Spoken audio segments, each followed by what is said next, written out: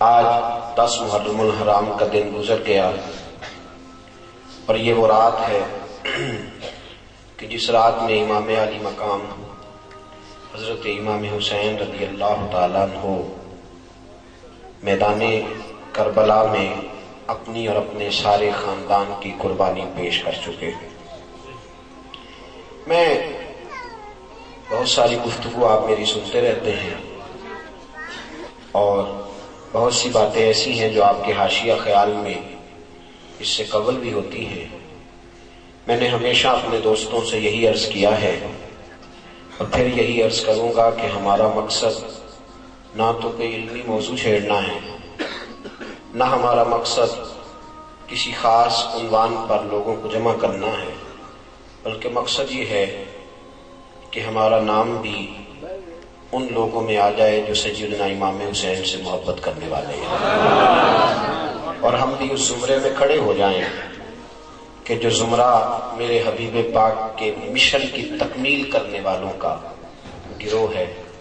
عزیزو، لوگوں نے اس داستان کو ایک داستان بنا دیا، اس کو ایک کہانی کا روپ دے دیا، حضرت امام علی مقام کی شہادت کو الجھا دیا گیا۔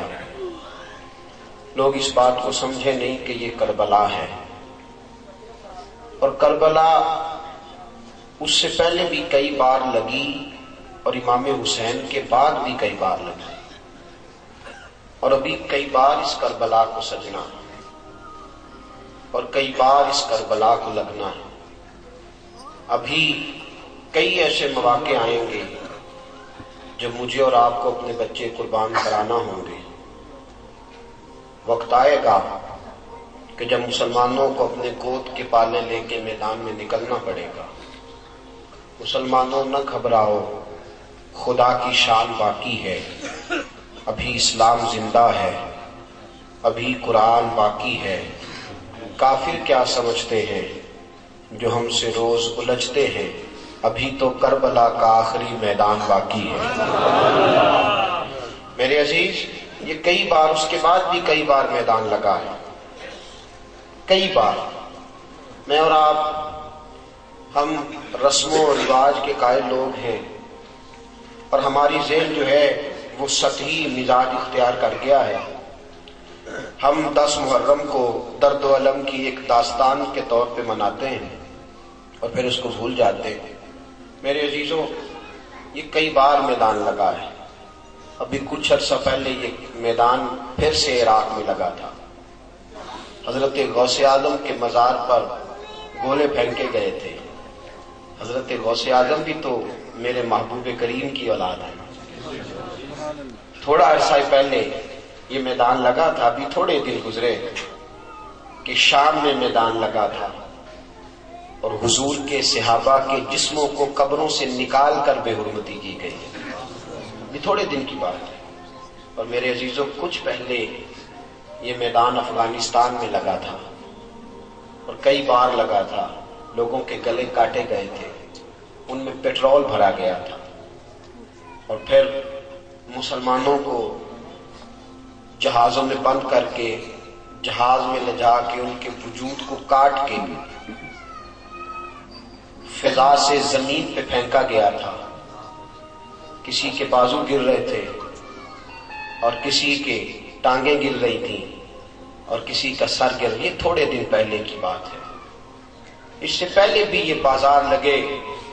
چنگیز خان بغداد آیا، اپنے پوتے ہلاکو خان کو ساتھ لایا، اور اس نے کہا تھا میں کوئی مسلمان زندہ نہیں چھوڑوں گا، مصطفیٰ کا کلمہ پڑھنے والا کوئی موجود نہیں رہے گا، میں صفحہ ہستی سے مٹا دوں گا وہ لب جو نبی پہ درود بھیجتے ہیں، اور میں نکال دوں گا وہ آنکھیں جو قرآن کی تلاوت کرتی ہیں، اور میں کاٹ دوں گا وہ گردنیں جو اللہ کے حضور سجدہ ریز ہوتی ہیں۔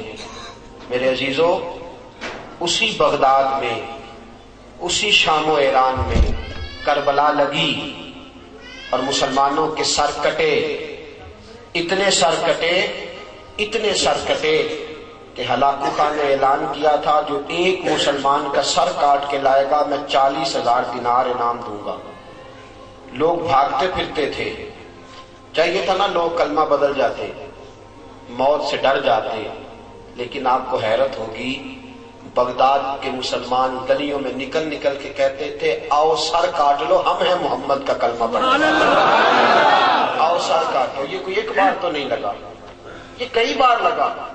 بغداد کے مسلمان گلیوں میں نکل آئے اور کہتے تھے، ہلاکو خان کہتا ہے، وہ کہتا میں گلی سے گزر رہا تھا تو پیچھے سے ایک بوڑھی اماں کی آواز آئی، کہنے لگی ہلاکو خان پلٹ کے دیکھ تو صحیح، میرے تو نے صرف 2 بیٹوں کا سر کاٹا ہے، ابھی میرے 4 پوتے باقی ہیں، کہیں ایسا نہ ہو کہ بغداد کی ساری مائیں بازی لے جائیں اور میں پوتے بچا کے رکھ لوں، میرے بھی 2 ہیں، آ جا۔ میرے عزیز یہ کئی بار، اس کے بعد کئی بار یہ کربلا لگی، اور میں نے کہا ابھی کئی بار لگے گی، میں اور آپ ذہنی طور پہ تیار نہیں، پر ہمیں ہونا چاہیے۔ یہ کئی بار لگ چکی ہے۔ ہلاکو خان اتنا اس نے سر کاٹا مسلمانوں کا کہ سروں کی کھوپڑیاں بنا دی، کھوپڑیوں کا اس نے جمع کر کے کھوپڑیاں ان کا ایک مینار بنایا، مسلمانوں کی کٹی ہوئی کھوپڑیوں کا سروں کا مینار تعمیر کیا، اور بغداد کے اندر اس نے اپنا دربار سجا کے کہا لوگوں دیکھ لو، آج میں نے کوئی قرآن پڑھنے والا نہیں چھوڑا، کوئی نہیں آج قرآن پڑھنے والا، ختم کر دیے میں نے سارے، کوئی نہیں آج محمد کا نام لینے والا۔ اس بغداد میں عبد القادر جیلانی رہے، اس بغداد میں جنید بغدادی رہے، اس بغداد میں امام اعظم ابو حنیفہ رہے، اس بغداد کے اندر بڑے بڑے نامور مسلمان رہے، آج میں نے کوئی نہیں چھوڑا۔ ہلاکو خان کا اپنا پوتا 18 سال کا نوجوان اس کی بغل سے نکل کے کھڑا ہو گیا، کہنے لگا دادا تجھے غلطی لگ گئی ہے، قرآن پڑھنے والے تو ابھی بھی موجود ہیں۔ اس نے بسم اللہ پڑھی، الحمد سے قرآن شروع کیا اور والناس تک سارا ہی قرآن سنا دیا، سارا قرآن سنا دیا۔ اس نے کہا تمہیں پتہ نہیں کہ یہ کوئی کسی بندے کا کلام نہیں، یہ اس خدا کا کلام ہے جو کہتا ہے انا نحن نزلنا الذکر وانا لہ لحافظون، میں نے اگر نازل کیا ہے تو میں اس کی حفاظت کرنا بھی جانتا ہوں۔ فرمایا دیکھ ہلاکو خان کا اپنا پوتا مسلمان ہوا، اسی دادا کا پاسباں مل گئے کعبے کو صنم خانے سے، اسی دادا کا پوتا میدان میں نکلا، وہ جدھر جدھر جاتا تھا اسلام کی بات کرتا جاتا تھا، وہ جہاں جہاں جاتا تھا مسلمانوں کے لیے مدارس تعمیر کراتا تھا، مساجد تعمیر کراتا تھا، دین کے مبلغین کو موقع فراہم کرتا تھا۔ میرے عزیزوں کئی بار یہ کربلا لگا، کئی بار ایسا بھی ہوا کہ عیسائیوں نے صلیبی جنگیں چھیڑ دی، آج بڑے خیر خواہ بنے پھرتے ہیں نا، اور میری ملت کا جوان بھی وہ کہتا سارا کچھ بک جائے، کسی طریقے سے امریکہ کی نیشنلٹی مجھے مل جائے، سارے طریقے استعمال کروں، کسی طریقے سے لندن والے مجھے رکھ لیں۔ تجھے پتہ ہی نہیں یہ تیرے حبیب کے دشمن ہیں، یہ تیرے دین کے ڈاکو ہیں، یہ چور ہیں، یہ جتنا مرضی گورے رنگ کا لبادہ اوڑھ لے لیکن اندر سے بڑے گدلے ہیں، بڑے میلے ہیں، اور ان کے دلوں میں بڑا بغض ہے اسلام اور بانی اسلام کا۔ میرے عزیزوں وقت بدلا، صلیبی جنگیں چھڑ گئیں، عیسائیوں نے مسلمانوں کو پکڑ پکڑ کے ان کی کھلڑیاں ادھیڑی، ان کھلڑیوں کے اندر بارود بھرا، گندگی بھری، سڑکوں پہ پھینکی، بڑا ستایا ہے اسلام کو۔ اللہ نے ایک صلاح الدین ایوبی پیدا کیا، صلاح الدین ایوبی نے کہا میں محمد کا جھنڈا لے کے اٹھوں گا، اور جو مصطفیٰ کا جھنڈا لے کے اٹھتا ہے اللہ اس کا مددگار بن جایا کرتا ہے۔ پھر پوری دنیا میں اسلام کا پھریرا، آپ اسی انڈیا میں، اسی بر صغیر میں علماء کے گلے کاٹے گئے، کالے پانی کی سزائیں دی گئیں۔ حضرت علامہ فضل الرحمان گنج مراد آبادی کے بہت سے رفقا گرم پانی کر کے اس کے اندر علماء کو انگریز نے پھینکا، کہا جہاد والی آیتیں نکالو ورنہ تمہیں مار دیا جائے گا۔ حضرت علامہ ابو الحسنات کو سزائے موت سنائی گئی، علامہ خلیل الرحمان سید خلیل الرحمان کو سزائے موت سنائی گئی۔ عزیزوں یہ بڑی دفعہ کربلا لگی ہے، میں کیا کروں، کہاں سے دل آپ کو کھول کے دکھاؤں، کتنی یادیں ہیں ایسی جو تڑپ رہی ہیں، جو مچل رہی ہیں۔ حقیقتیں آشکار کر دے، صداقتیں بے حجاب کر دے، ہر ایک ذرہ یہ کہہ رہا ہے آ اور مجھے آفتاب کر دے، کہو تو راز حیات کہہ دوں، حقیقت کائنات کہہ دوں، وہ بات کہہ دوں جو پتھروں کے دلوں کو بھی پاش پاش کر دے۔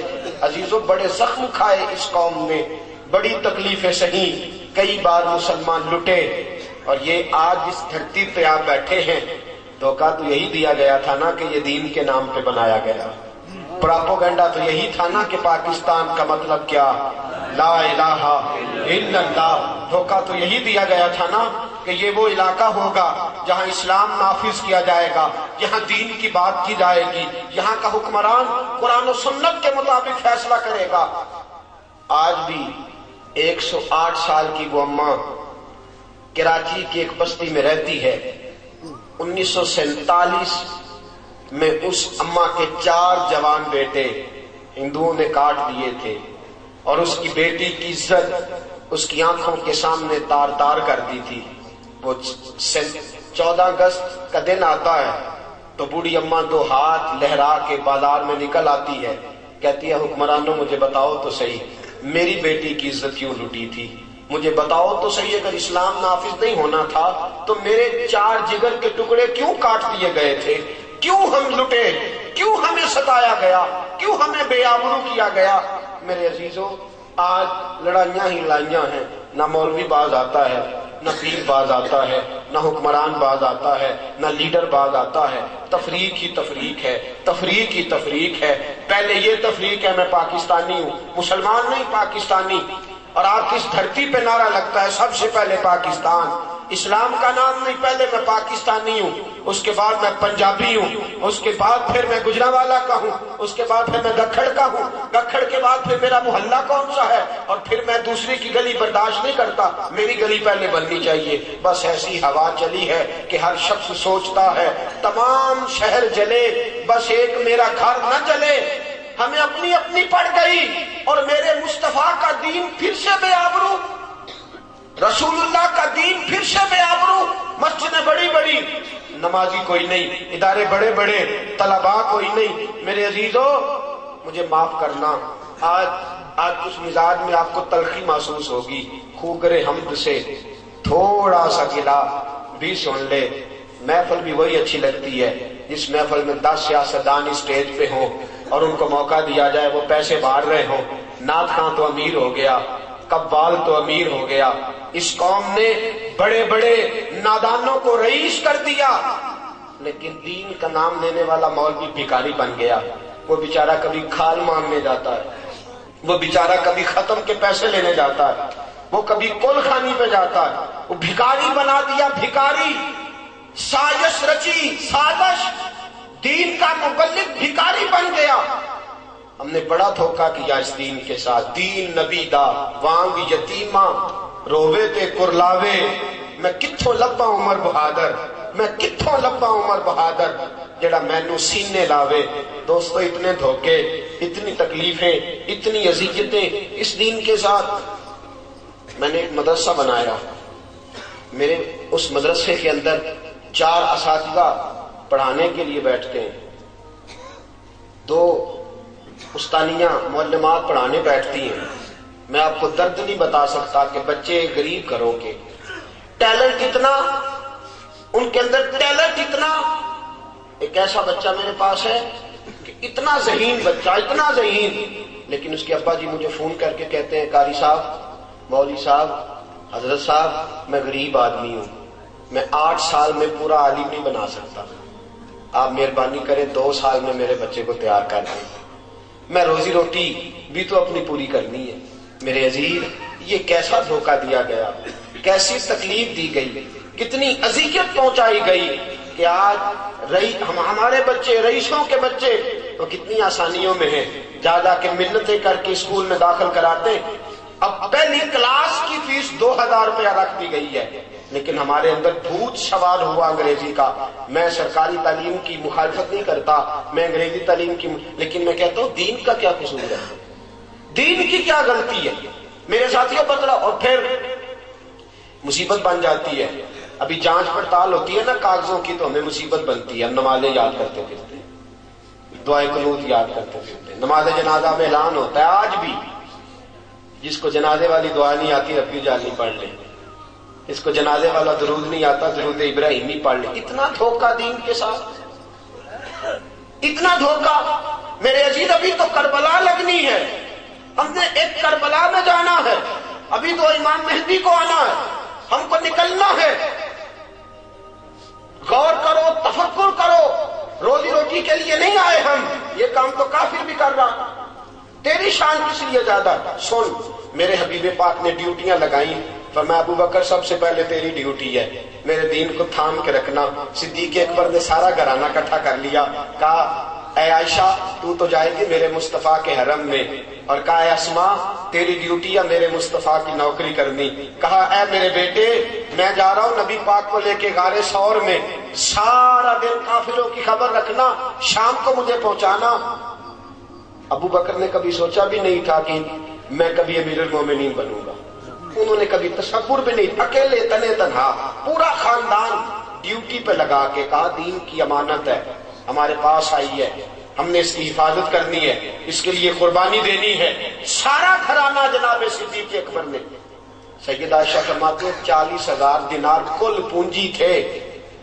میرے ابا جی حضور کے ساتھ ہجرت کے لیے جانے لگے تو سارے رومال میں باندھ کے لے گئے. میری ماں کہنے لگی ابو بکر بچوں کا کیا بنے گا؟ فرمایا جس مصطفیٰ کے ساتھ میں جا رہا ہوں اس نبی نے فرمایا ہے کہ اللہ پر توکل کرنے والوں کا اللہ وارث بن جایا کرتا ہے. فرمایا حضور 40 دینار ابو بکر نے ساتھ. باپ نابینا تھے, وہ اعتراض کرتے تھے تو صدیق اکبر نے ایک ٹوئے میں روڑے رکھ کے اوپر کپڑا ڈال دیا.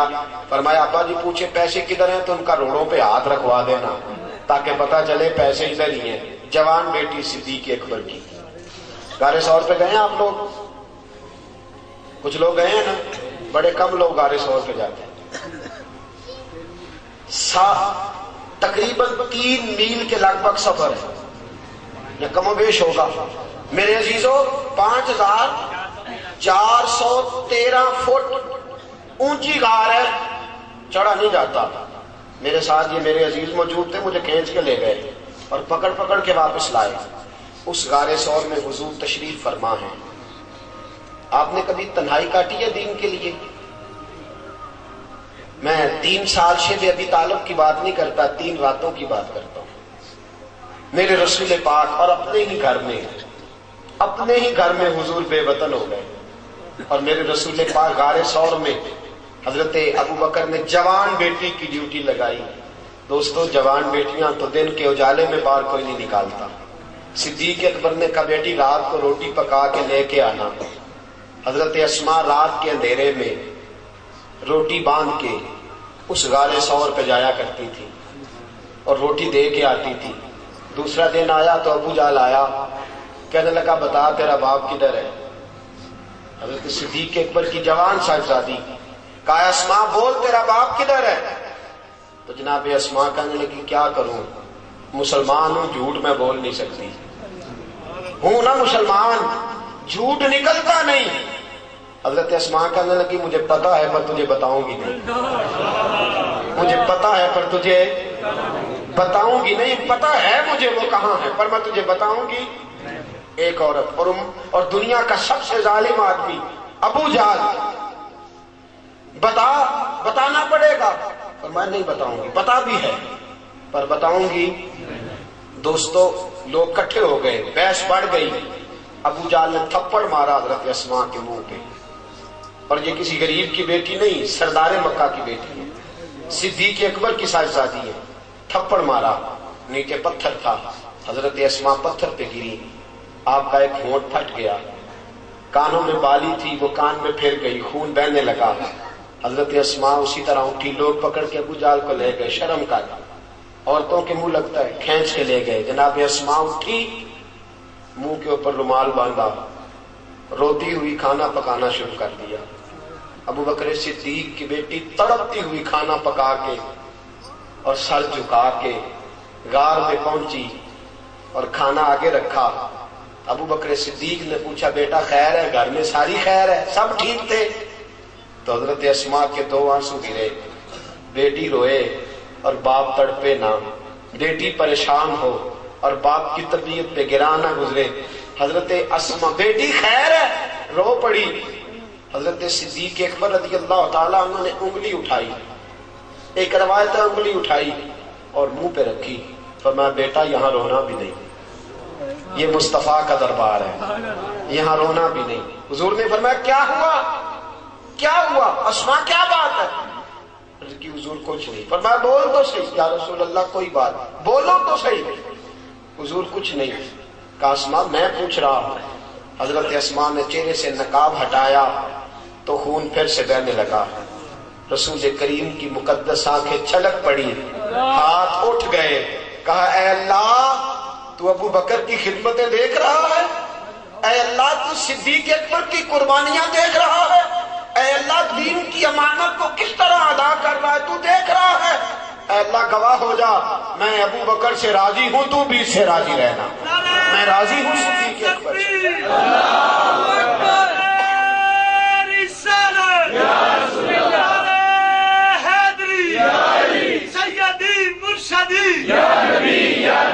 سیدی مرشدی یا نبی امانت آئی ہے. غلام ہے، غلام ہے رسول کے غلام، علماء اہل سنت زندہ باد. جب صدیق اکبر امیر المومنین بنے تو مسلمہ کذاب نے نبوت کا دعویٰ کر دیا.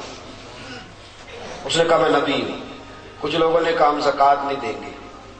میرے رسول کریم نے ایک لشکر بھیجا تھا مسلمہ کو قتل کرنے کے لیے. وہ لشکر ابھی مدینے کی سرحد تک تھا کہ حضور کا وصال ہو گیا. جناب صدیق اکبر بیٹھے تو لوگوں نے کہا ابو بکر ابھی اس لشکر کو نہ بھیجو، حالات ٹھیک ہوں گے تو بھیج دینا. حضرت صدیق اکبر کہنے لگے لشکر حضور نے روانہ فرمایا تھا، وہ جائے ہی جائے. کہا ابو بکر آزمائشیں آ سکتی ہیں، کافر چڑھ آئیں گے. آپ نے فرمایا میں مدینے میں اکیلا رہ گیا اور جنگل کے درندے آ کے میری بوٹیاں نوچ کے لے گئے تو پھر بھی جو جو ڈیوٹیاں حضور لگا کے گئے ہیں ساری پوری کرتا رہوں، ساری ڈیوٹیاں پوری کروں گا. میرے عزیزو امانت ہے دین کی. سیدنا فاروق اعظم کے پاس آتا، بڑا مال آیا فاروق اعظم کے پاس، بڑا سرمایہ مسلمانوں کا، لیکن فاروق اعظم کی طامت پہ 17 پابندی رہے. فاروق اعظم کے پاس بڑا پیسہ آیا، مسلمانوں میں بانٹا، دین پہ لگایا، لیکن سرانہ نہیں اپنا بنایا. مٹی کا سرانہ لے کے آرام کرتے رہے، روڑے پہ ہی سر رکھ کے سوئے. ایک دن توجہ ہے آپ کی، میں مشکل باتیں تو نہیں کر رہا ساتھیوں. بڑا عجیب موضوع میں نے چھیڑ دیا اور بڑا پر لطف عنوان چھیڑ دیا. یہ ایسا موضوع ہے جب میں اس کو بیان کرتا ہوں تو مجھے لگتا ہے مجھ پہ سحر طاری ہے، مجھ پر اثر کر رہا ہے.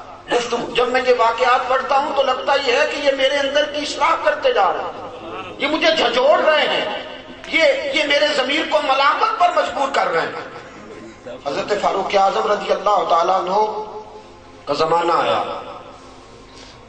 ساری زندگی فاروق اعظم نے اپنی طامت نہیں بدلی، کرتا نہیں. حضرت علی ملنے گئے، دروازے پہ کھڑے ہیں، عمر باہر ہی نہیں آ رہے، بار بار پیغام بھیجا، بار باہر ہی نہیں آتے.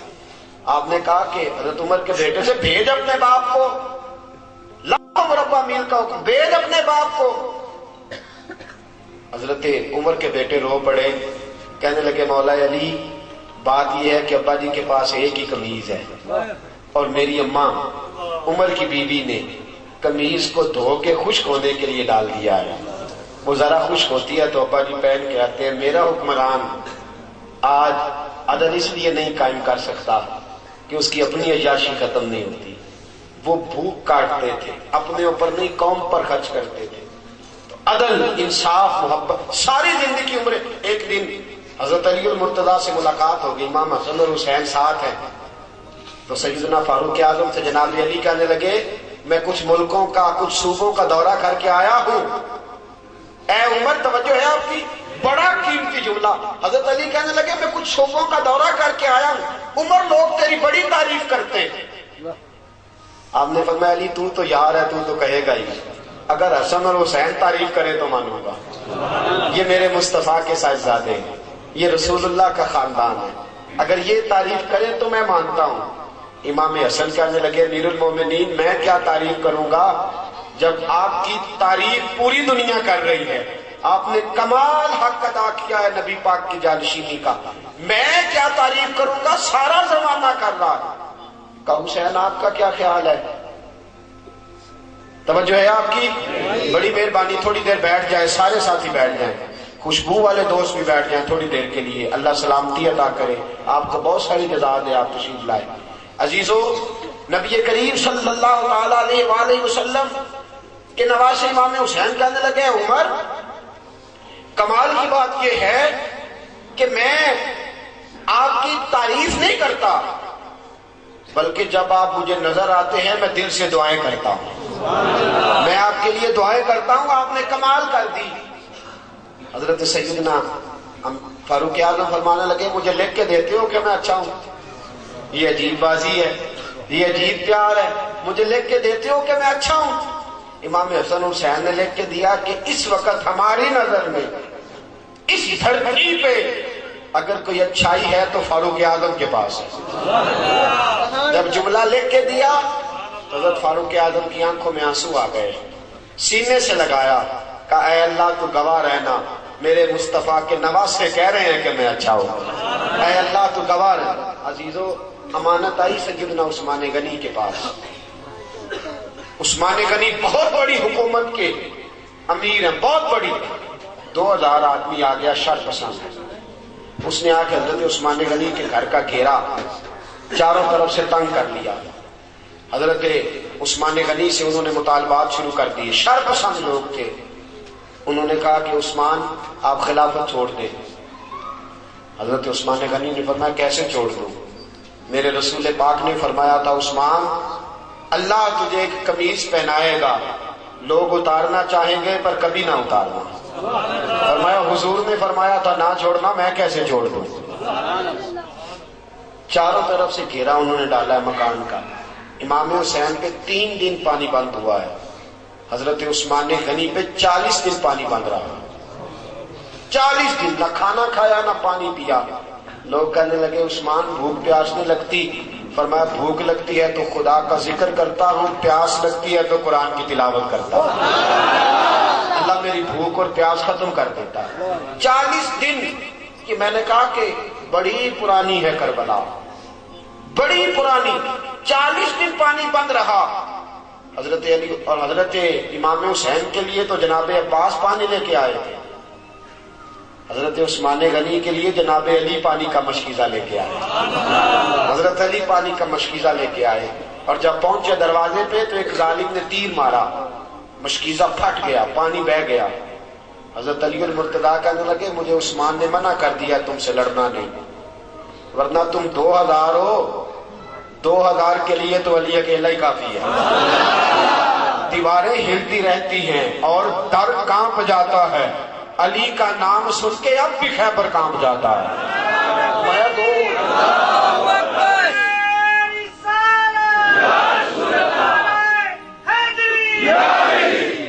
میرے عزیزو سنو، بات بڑی آگے بڑھ گئی. حضرت عثمان غنی کے پاس جناب علی پہنچے، دیگر صحابہ پہنچے. کہنے لگے اے عثمان آپ نے بڑی خدمت کی، 12 سال دین کی، بڑا کام کیا. 3 باتیں ہیں، آپ اس طرح کریں ہمیں اجازت دیں ہم ان 2000 آدمی کو بھگا دیتے ہیں. حضرت عثمان غنی کہنے لگے میری وجہ سے نبی پاک کے مدینے میں خون بہہ جائے، رسول پاک کے شہر کی گلیاں میری وجہ سے سرخ ہو جائیں. عثمان کا گلا کٹتا ہے تو کٹنے دو، لیکن رسول کریم علیہ الصلوۃ والسلام کے شہر میں میں خون اور دنگا فساد برداشت نہیں کرتا. کہا پھر آپ اس طرح کریں کہ کچھ دنوں کے لیے حکومت چھوڑ دیں. آپ نے فرمایا حضور نے فرمایا تھا قمیض نہ اتارنا، کبھی نہیں اتاروں گا. صحابہ نے تیسری پیشکش کی، کہا کچھ دنوں کے لیے مدینہ چھوڑ دیں، کچھ دنوں کے لیے مدینہ چھوڑ دیں، کچھ دنوں کے لیے، پھر آ جائیے گا حالات ٹھیک ہوں گے. آپ نے فرمایا دوستو دیکھو میری داڑھی سفید ہو گئی ہے، پتہ نہیں کس گلی میں موت آ جائے، میں مصطفیٰ کے مدینے سے باہر نہیں مرنا چاہتا. یہ اسلام کا وہ حکمران کہ جس کے اوپر امانت آئی، شر پسندی ہوئی، حضرت امام عثمان غنی رضی اللہ تعالیٰ عنہ نے جان قربان کر دی، شہادت پیش کر دی، لیکن نبی پاک کے مدینے میں فساد نہ ہونے دیا۔ دوستو جناب علی کی باری آئی تو وہ بھی کوفے کی گلی میں شہید ہو گئے۔ حضرت علی المرتضیٰ رضی اللہ تعالیٰ عنہ ساری زندگی دین کے لیے کھڑے رہے، کوفے کی گلی میں شہید ہوئے، باریاں بڑھتی رہی، پورا خاندان۔ ایک وہ زمانہ بھی آیا کہ میرے رسول پاک نے فرمایا فاطمہ تیری باقی 3 بہنوں نے بھی بڑے دکھ اٹھائے۔ دوستو میں اور آپ، میرے ساتھی مجھ سے بڑی محبت کے ساتھ اکثر کہتے ہیں اتنے سفر نہ کریں، آپ اتنی محنت نہ کریں، تھوڑی کر لیا کریں، کم نکلیں۔ میں ان کی محبت کو وصول کرتا ہوں، مجھ سے پیار کرتے ہیں تو ایسے جملے بولتے ہیں، لیکن قسم اللہ کی جب میں رسول اللہ کی تبلیغ پڑھتا ہوں اور کتابیں، ایک ابو جہل کے دروازے پہ نبی پاک 2000 بار تبلیغ کرنے گئے۔ کتنی بار؟ اور حضور کو پتا تھا کلمہ نہیں پڑے گا، 2000 بار دروازے پہ دستک دی۔ اور دوستو بڑے دکھ اٹھائے حضور نے، بڑی تکلیفیں اٹھائیں۔ جو چیز مفت ملتی ہے اس کی قدر نہیں ہوتی، مفت ملتی ہے نا جو چیز اس کی قدر نہیں۔ مجھے اور آپ کو مفت مل گیا یہ دین۔ کبھی بلال کی قبر پہ کھڑے ہو کے پوچھو دین کتنا مہنگا ہے، کبھی کھڑے ہو کے پوچھو سیدہ فاطمہ سے کہ دین کتنا مہنگا ہے، کبھی پوچھو امام حسین سے کہ کتنا کٹھن ہے یہ دین۔ میرے عزیزو، رسول پاک کی 2 شہزادیاں، نکاح ہوا ہے، ابھی رخصتی نہیں ہوئی، ابو لہب کے 2 بیٹے، انہوں نے طلاق بھیج دی، کہنے لگے یا کلمہ پڑھانا چھوڑ دے ورنہ طلاق دے دیں گے۔ حضور نے فرمایا میرا تیرا اختلاف ہے، بچوں کا کیا قصور ہے؟ ابو لہب کہنے لگا نہیں میں طلاق دے دوں گا۔ گھر بیٹھی 2 بچیوں کی طلاق پہنچی۔ سیدہ خدیجہ فرماتی ہیں حضور بڑا روئے، اٹھے، بچیوں کے سر پہ ہاتھ رکھا، کہا بیٹا اپنے بابا کے دین کے کام میں ثابت قدم رہنا، اللہ تمہیں بڑی بہتر جزا دے گا۔ اور ساتھیوں صرف حضرت فاطمہ نہیں، سیدہ زینب میرے رسول پاک کی بڑی صاحبزادی حمل سے ہیں، اللہ نے ان کے گھر میں ولادت کی خوشی رکھی ہوئی ہے، مکہ سے مدینہ کی طرف آ رہی ہیں۔ حبار بن اسود نے نیزہ مارا، اونٹ بدکا اتنی تیزی سے دوڑا کہ آپ زمین پہ گری، بچہ خون بن کے نکلا، حالات بگڑ گئے۔ کتنے مہینے میرے حبیب کی صاحبزادی کتنے ہی مہینے بیمار رہ کے وصال کر گئی، بڑی صاحبزادی تھی۔ حضرت خدیجۃ الکبریٰ سے شکل ملتی تھی، رسول پاک نے بڑے آنسو بہائے۔ کیسا یہ دین تھا اور کتنا حضور کو اس پودے سے پیار تھا۔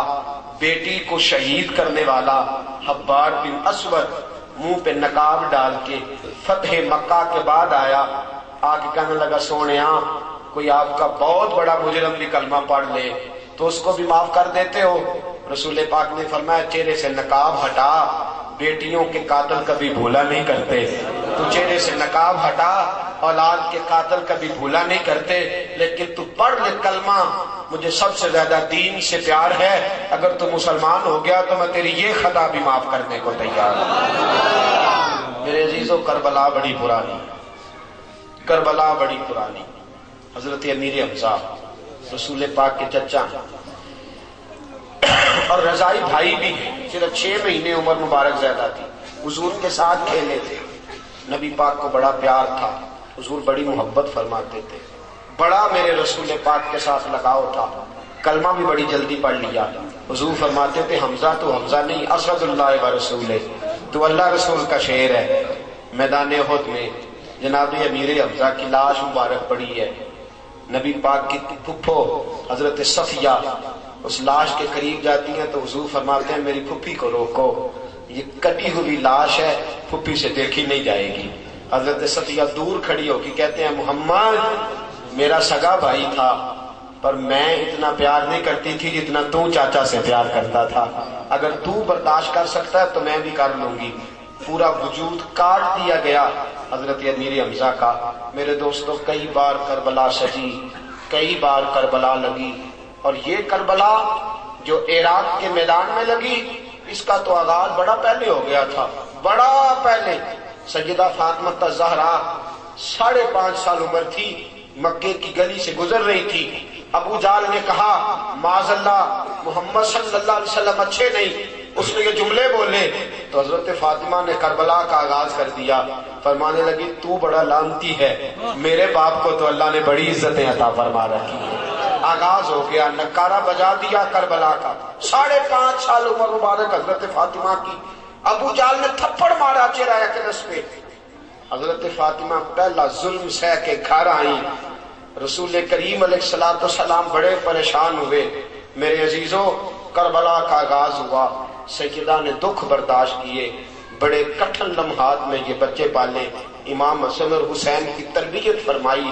سیدہ فاطمہ نے جگر پاروں کو اپنے چھاتیوں سے نکلنے والا وہ پاکیزہ دودھ پلایا کہ جس نے آگے بڑھ کے اسلام کے شجر کو داغدار ہونے سے بچایا۔ میرے عزیزوں، سیدہ طیبہ طاہرہ حضرت فاطمہ زہرا کے آنگن میں حضرت علی مزدوری کر کے کھانا لایا کرتے تھے، پاکیزہ رزق پہنچتا تھا۔ سیدہ اپنے ہاتھوں سے چکی پیس پیس کے اپنے بچوں کو دیا کرتی تھی۔ علامہ ابو نور کہا کرتے تھے کہ فاطمہ بات تو بڑی تھی نا کہ سیدہ چکی پیس رہی ہیں تو قرآن پڑھ رہی ہیں، حضرت فاطمہ آٹا گوندھ رہی ہیں تو قرآن پڑھ رہی ہیں، حضرت فاطمہ روٹی بنا رہی ہیں تو قرآن پڑھ رہی ہیں۔ سیدہ فاطمہ لقمے توڑ کے حسن اور حسین کے منہ میں دیتی ہے تو قرآن پڑھتی ہیں۔ حسین نے مسکرا کے کہا اماں تو نے بڑی لوریاں دی ہیں قرآن پڑھ پڑھ کے، تو نے بڑی روٹیاں پکائی ہیں قرآن پڑھ پڑھ کے، تو نے میرے لیے بڑی چکیاں پیسی ہیں قرآن پڑھ پڑھ کے، قسم ہے تیری تلاوتوں کی، میں بھی تیری تلاوتوں کی لاج رکھوں گا۔ سارے منبروں پہ قرآن پڑھنے کے عادی ہیں، میں نیزے کی نوک پہ چڑھ کے بھی قرآن کی تلاوت ہی کرتا رہا ہوں، نیزے کی نوک پہ چڑھ کے بھی قرآن۔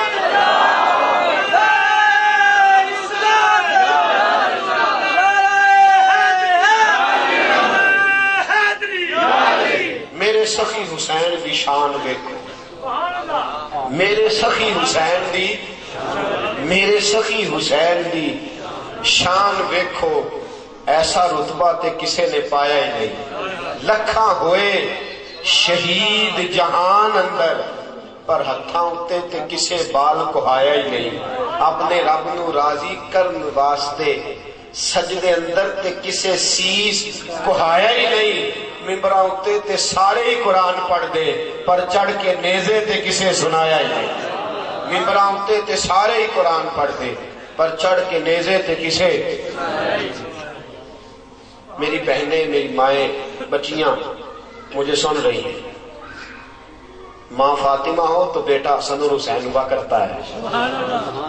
ایسا نہ ہو کہ تیرا لب و لہجہ انگریزی ہو، تیرا طرز کلام انگریزی ہو، تو بات کرے تو گانے گنگنا گنگنا کے، تو دودھ پلائے بچوں کو تو انڈیا کی گفتگو چھیڑ کے۔ میری بہن، بچی، میری بہنوں یاد رکھنا، اگر تمہارے لبوں پہ قرآن ہوا تو بچے بھی قرآن کے قاری ہی پیدا ہوں گے۔ اگر تمہارے لبوں پہ قرآن ہوا تو ڈھونڈنا نہیں پڑے گا ہمیں تراویح کے لیے حافظ، تلاش نہیں کرنا پڑے گا ہمیں عالم۔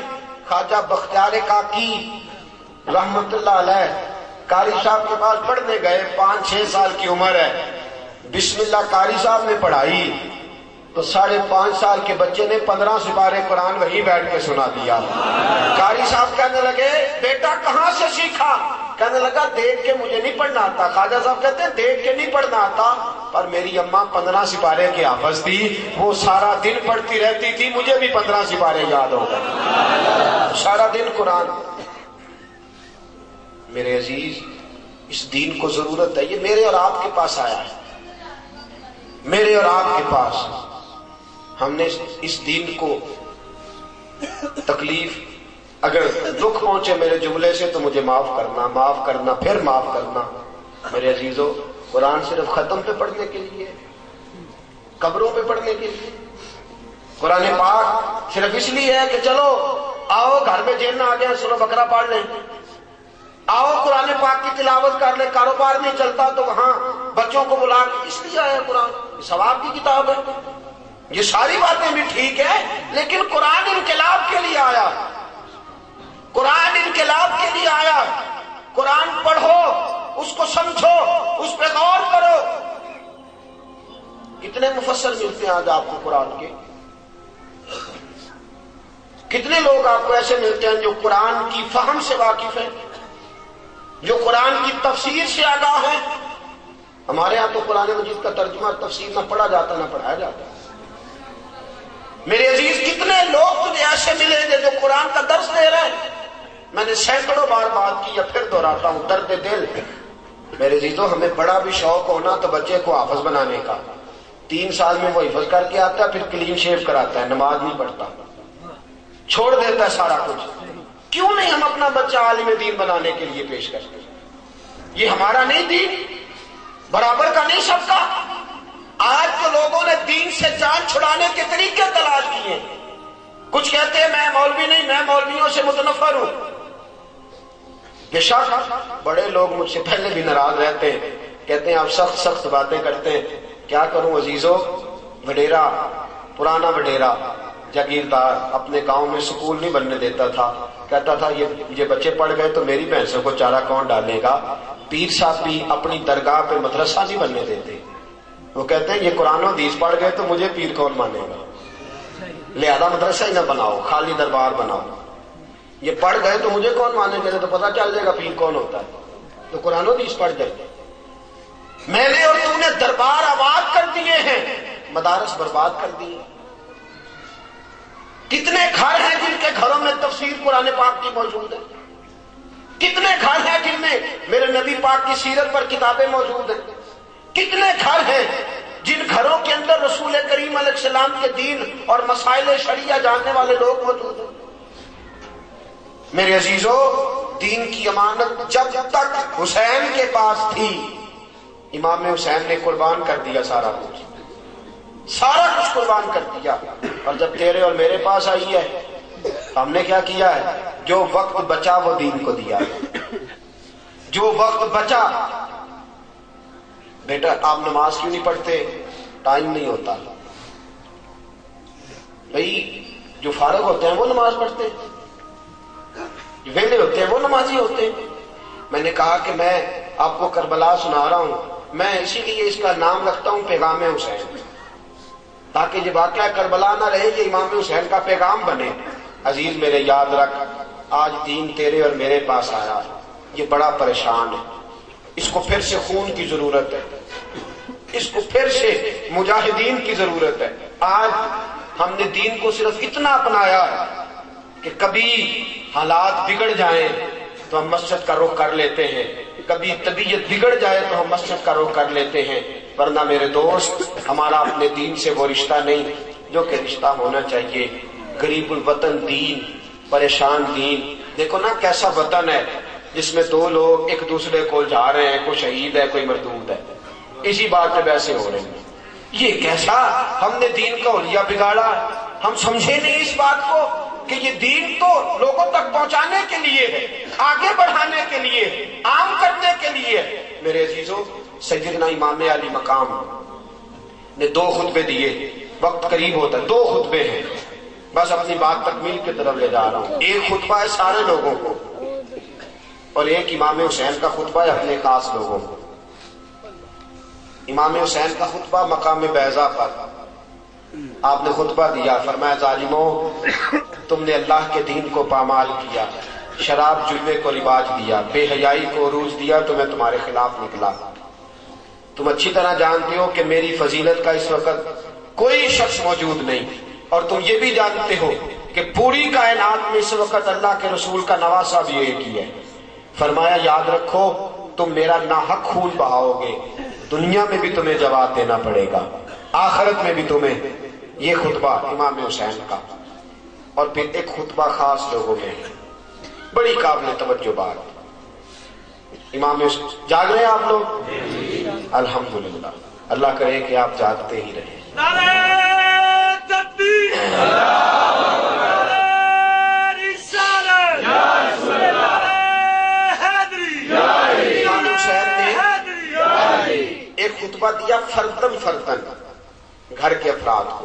تاریخ کی کتابیں بتلاتی ہیں کہ فردن فردن امام حسین نے جوانوں کو بلایا، جوانی مستانی ہوتی ہے، جوانی میں گرم خون ہوتا ہے، بہت سی باتیں ایسی ہوتی ہیں جو جوان کہتے ہیں جو میں کہتا ہوں وہی ٹھیک ہے۔ اور ویسے بھی آج چونکہ میڈیا کا دور ہے، الجھا سا دیا ہے ہمارے نوجوانوں کو، بیچارے سمجھ ہی نہیں پا رہے۔ اقبال کہتا ہے کہ اسے خبر ہی نہیں کہ وہ کون سا گردوں ہے جس کا ہے تو ایک ٹوٹا ہوا تارا، اسے پتہ ہی نہیں بیچارے کو کہ میرا اصل مقام کیا ہے، میں ہوں کیا اور میں کر کیا رہا ہوں۔ پہلے تو قوم نے اس کے ساتھ دغا کیا، الجھا دیا، پھر خود اتنا سمجھدار بن گیا کہ کل کائنات اپنی ہی عقل کو سمجھتا ہے۔ میرے عزیزو، امام حسین نے جوانوں کو بلایا۔ کون سے جوان؟ حضرت قاسم بن حسن 17 سال کا جوان، حضرت علی اکبر بن حسین 19 سال کا جوان، پھر حضرت علی المرتضیٰ کے 3 بیٹے امام حسین کے چھوٹے بھائی، ان کو بلایا، سب کو بٹھایا، اور امام حسین نے فرمایا میرے ساتھ آنے والے میرے خاندان کے جوانوں، دیکھو تمہارے پاس ابھی بڑا لمبا وقت پڑا ہے، بڑا لمبا وقت پڑا ہے، زندگی ہے، سارا کچھ ہے۔ یزید کی مخالفت میرے ساتھ ہے، تمہارے پاس بڑا وقت ہے، یزید کی مخالفت میرے ساتھ ہے، وہ میرے خون کا پیاسا ہے، مجھے شہید کر کے ٹھنڈا ہو جائے گا۔ تم اگر اپنے بارے میں کوئی فیصلہ کرو تو تمہیں اجازت ہے۔ بڑا کڑا جملہ، بڑا سخت امتحان۔ چاہیے تھا نا، بیٹے نے تو اٹھنا ہی ہوتا ہے، بھائی تو اٹھا ہی کرتے ہیں۔ حضرت قاسم بن حسن سب سے پہلے اٹھے اور اتنا جذبہ دکھایا، کہتے ہیں کہ ایڑیوں کے بل، پنجوں کے بل کھڑے ہو گئے، ایڑیاں اٹھا لی۔ کہا چچا جی آپ نے سوچا بھی کیسے؟ اے امام آپ نے یہ کیسا تصور بنایا؟ ہم آپ کو چھوڑ جائیں گے، ہم آپ کو چھوڑ جائیں گے۔ کہا چچا آپ کے بیٹے بعد میں جائیں گے، آپ کے بھائی بعد میں جائیں گے، سب سے پہلے حسن کا بیٹا میدان میں جائے گا، میں جاؤں گا سب سے پہلے میدان میں جاؤں گا۔ پھر یزید نے خط لکھا ہوا تھا حضرت علی کے باقی 4 بیٹوں کو کہ تم آ جاؤ، حضرت عباس ہے، حضرت ابوبکر بن علی ہے، عمر بن علی ہے، عثمان بن علی ہے، آ جاؤ تم۔ امام حسین نے بھائیوں کی طرف نظر دوڑائی تو بھائی بھائی ہوتے ہیں، انہوں نے جوش نہ دکھایا، رو پڑے، کہنے لگے حسین ہم تو اپنے آپ کو خوش نصیب سمجھتے ہیں کہ تیرا جیسا بھائی حصے میں آیا ہے، تیرے جیسا بھائی، تو چھوڑنے کی بات کرتا ہے، تیرے خون کے قطرے بعد میں گریں گے، پہلے ہماری گردنیں کٹیں گی۔ بیویاں کم ہمت ہوتی ہیں۔ حضرت سیدنا امام علی مقام سب سے پہلے اپنی بیوی حضرت شہربانو کے پاس گئے، کہا تو ایران کے بادشاہ کی بیٹی ہے، تو نے زندگی میں سوکھے دیکھے، دکھ نہیں دیکھے، تو اگر جانا چاہے تو میں ایران بھیج دیتا ہوں، اگر تیرا پروگرام ہو تو مدینے بھیج دیتا ہوں۔ حضرت شہربانو اٹھی، اٹھ کے قریب جا کے قدموں میں بیٹھ گئی، کہنے لگی ایران کی بیٹی تھی پر جانتا کوئی نہیں تھا، جب سے حسین کی کنیز بنی ہوں سارا زمانہ جاننے لگا، سارا زمانہ جاننے لگا، ایران کے بادشاہ کی بیٹی تھی کوئی نہیں جانتا تھا، آج ہی تو مجھے مزہ آیا ہے جینے کا۔ اور لوگ کہتے ہیں دکھ کیسے سہے جاتے ہیں، فرمایا یوں دکھ سہے جاتے ہیں جیسے میں سہ رہی ہوں، میرے ماتھے پہ شکر نہیں دیکھو گے۔ اور پھر میرے ساتھیوں سب سے پوچھ لیا، سب سے، حضرت زینب سے پوچھا ہی کچھ نہیں، بات ہی کوئی نہیں کی، کوئی تذکرہ نہ۔ سیدہ زینب اٹھی، قریب گئی، کہنے لگی حسین ایک ایک سے کلام کیا، مجھ سے کوئی بات نہیں کرتی، سب سے تو نے کلام کر لیا، مجھ سے کوئی بات نہیں کرنی۔ تو حضرت سیدنا امام حسین کہنے لگے زینب باقیوں کے بارے میں سوال پیدا ہوتا تھا، تیرے بارے میں تو سوال بھی پیدا نہیں نہ ہو سکتا، تیرے بارے میں تو سوال بھی پیدا نہیں ہو سکتا، باقیوں سے تو میں نے پوچھا تاکہ گواہی ہو جائے، جس طرح جناب ابراہیم نے بیٹے سے پوچھ لیا تھا کہ مجھے خواب آئی ہے تجھے ذبح کر رہا ہوں، تیرا کیا خیال ہے؟ فرمایا میں نے تو سنت ابراہیمی ادا کر کے پوچھ لیا، تجھ سے میں پوچھوں کیوں پوچھوں تجھ سے؟ حضرت سیدہ زینب میرے عزیزو میدان کربلا میں امام حسین نے سارا کچھ قربان کیا، ناز و نام چھوڑے، امام حسین برائی کے خلاف اٹھے، پھر ڈٹ گئے، کربلا لگی، کربلا سجی، حسین کا سر مبارک وجود سے کٹا، نیزے کی نوک پہ چڑھا، کوفے کی گلیوں میں پھرا، دمشق کے بازاروں میں پھرا، سارا خاندان جو بچ گیا تھا وہ بیڑیوں میں الجھا ہوا تھا۔ قیامت تک وہ منظر دنیا بھلا نہ سکے گی جب سیدہ زینب قافلہ سالار بن کے امام زین العابدین کو ساتھ لے کے میدان کربلا میں نکلی ہوئی تھی۔ میرے عزیزوں، وہ سارا کوفہ میدان کربلا، دمشق کی گلیاں میدان کربلا، اور پھر وہ سارے کا سارا گھرانہ، اور اتنا درد تھا اس واقعہ میں، اتنی تکلیف تھی اس واقعہ میں کہ امام زین العابدین جب گئے تھے تو داڑھی مبارک کالی تھی، جب واپس آئے تو ساری سفید ہو گئی تھی، اتنا درد تھا۔ لیکن پتہ ہے کردار کیا بنا کے رکھا؟ جب مختار کے فوجی چڑھے اور انہوں نے امام حسین کے قاتل ایک ایک پکڑ کے قتل کیے تو میرے عزیزوں، حضرت امام زین العابدین کا خیمہ تھا مدینے کے باہر، خیمے میں رہا کرتے تھے۔ وہاں ایک شمر نامی شخص جس نے قتل کیا امام حسین کو شہید کیا، جس نے پانی بند کیا، اس کے پیچھے مختار کے فوجی چڑھ گئے دوڑتا ہوا، اچانک امام زین العابدین کے خیمے میں حجرے میں داخل ہو گیا۔ امام حسین مصلی پہ بیٹھ کے قرآن پڑھ رہے تھے، یوں نظر اٹھائی، جھکا لی، اس نے کہا السلام علیکم، فرمایا وعلیکم السلام۔ کہنے لگا بھاگ بھاگ کے خشک ہو گیا گلا۔ اس نے سمجھا امام زین العابدین نے مجھے پہچانا نہیں، کہنے لگا میرا بھاگ بھاگ کے گلا خشک ہو گیا۔ کہتا میں یہ سمجھاؤں کہ امام پہچانے نہیں مجھے، ورنہ اٹھتے مارتے مزاحمت کرتے، فرماتے ہیں بھاگ، میں نے کہا بھاگ بھاگ کے گلا خشک ہو گیا، پانی ملے گا؟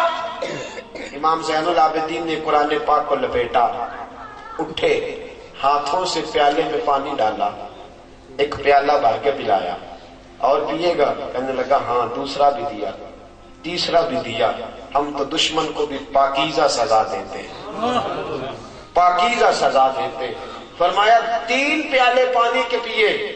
شمر کہتا ہے باہر نکلا، شرمندگی سے شرابور ہو گیا کہ کیسا خاندان ہے، بتا تو دوں کہ میں شمر ہوں، پانی پی لیا ہے، موت بھی میرے قریب ہے، بتا تو دوں۔ اندر گیا، جا کے امام زین العابدین سے کہنے لگا لگتا آپ نے پہچانا نہیں۔ اور میں تو نے میرا سارا خاندان پیاسا کاٹ دیا، میں تجھے بھول سکتا ہوں؟ میں تجھے بھول سکتا ہوں؟ میرا سارا گھرانہ پیاسا تو نے کاٹ دیا، میں بھول سکتا ہوں؟ پہلی نظر پڑی تھی تیرے چہرے پر تو مجھے علی اصغر کی ساری پیاس یاد آ گئی، مجھے عباس کے کٹے ہوئے بازو یاد آ گئے تھے، مجھے امام حسین کا العطش العطش کہنا فوراً یاد آ گیا تھا، سارا کچھ یاد آیا۔ کہنے لگا پھر پانی کیوں پلایا؟ فرمایا بند کرنا تمہارا طریقہ ہے اور دشمنوں کو پلا دینا میرے نانا محمد عربی کا طریقہ صلی اللہ تعالی علیہ وسلم۔ یہ فرق ہے تیرے اور میرے طریقے میں میرے عزیز۔ وہ پھر بھی دین کے لیے ڈٹے رہے، دین کے لیے خدمات سر انجام دیتے رہے۔